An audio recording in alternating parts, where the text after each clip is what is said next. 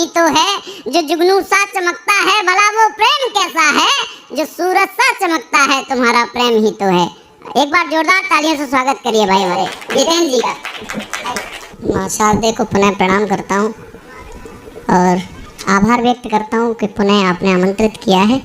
स्वागत। अब बाकी हमारा गला और माइक जाने। बिहारी जी के दर्शन हो गए, सौभाग्य की बात ये है। चूँकि 2-3 दिन से फीवर था तो बिहारी जी की कृपा आ गए। अब जैसा माँ शारदे चाहेंगी वैसा हो जाएगा। एक मुक्तक आपको प्रयास करता हूँ सुनाने का। जब से निर्णय विधान के आए, वाह, दुख हिस्से जवान के आए। चूंकि ये बंद में इसलिए आपको मुक्तक इसलिए सुना रहा हूँ, मैं चंबल से आता हूँ, मैं प्रेम की बात करता हूँ। पहले तो आप तालियां इसी बात पे बजा दो कि चंबल का आदमी प्रेम की बात कर रहा है। और जो चंबल कभी बागियों के लिए, बंदूक के लिए, बगावत के लिए प्रसिद्ध हुआ करता था, मैं आपको बहुत मतलब हिम्मत के साथ ये बात बता रहा हूँ। अभी हमारे भिंड के बड़े कवि बैठे भी हुए थे। आज हमारा भिंड मुरैना चंबल अंचल है, पूरे मध्य प्रदेश में सबसे ज़्यादा, मतलब और भी लोग बैठे हैं वो लोग जानते हैं, पूरे मध्य प्रदेश में आर्मी में सबसे ज़्यादा जवान भेजने के लिए जाना जाता है।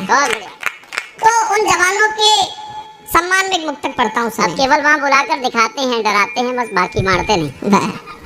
जब से निर्णय विधान के आए, दुख हिस्से जवान के आए, बाजी बलिदान की लगी जब जब, बाजी बलिदान की लगी जब जब, आगे बेटे किसान के आए,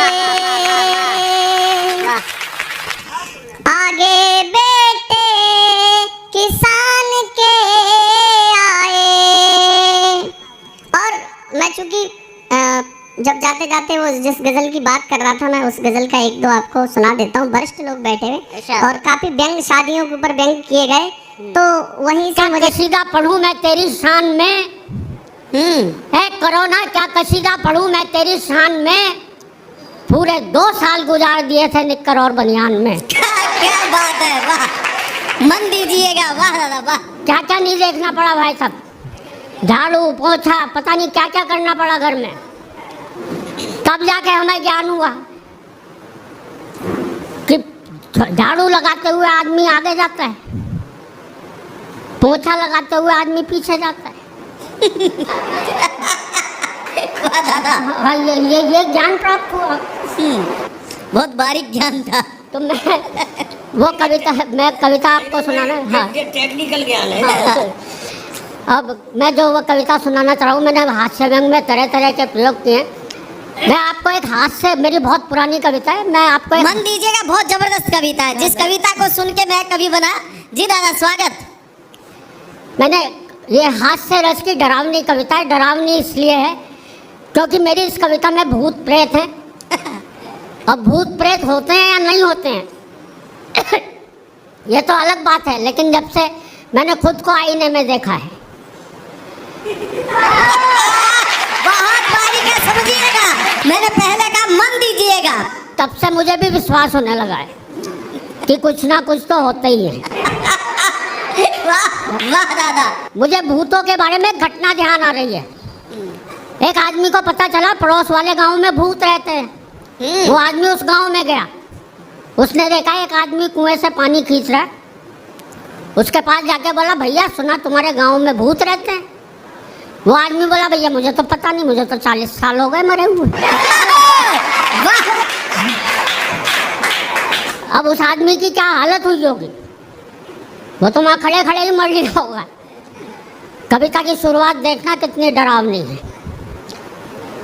अंधियारी रात भौंकते कुत्ते, ओहो नहीं ओहो नहीं, डरावनी कविता, माहौल बनाना पड़ता थोड़ा सा।